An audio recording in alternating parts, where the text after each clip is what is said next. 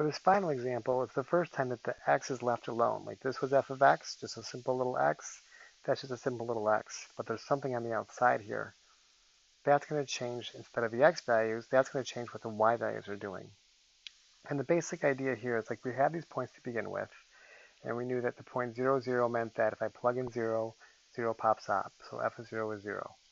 The point 2, negative 4 meant if I plug in 2, a negative 4 comes off from f of x. If I plug the point 4, negative 2 means if I plug 4 into f of x, f of 4 equals negative 2. Well, we're going to use those exact same x values because the x hasn't changed at all. But what happens to them is going to be the exact opposite. So basically, when I plug in 4, instead of getting negative 2, I'm going to get the opposite of negative 2, which of course is positive 2. If I plug in positive 2, I'm going to get the opposite of what I got before. So instead of negative 4, I'll get a positive 4.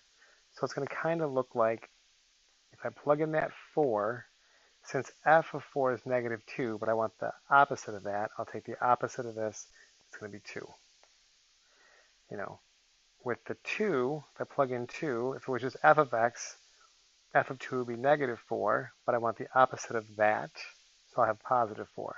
And then again, that 0, 0, it's just not changing because the opposite of 0 is still going to be 0. I'll go ahead and plot these points.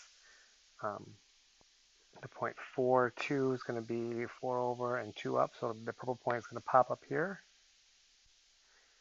And then the blue point of 2, negative 4, I want the opposite y value, so instead of negative 4, it's positive 4 up here.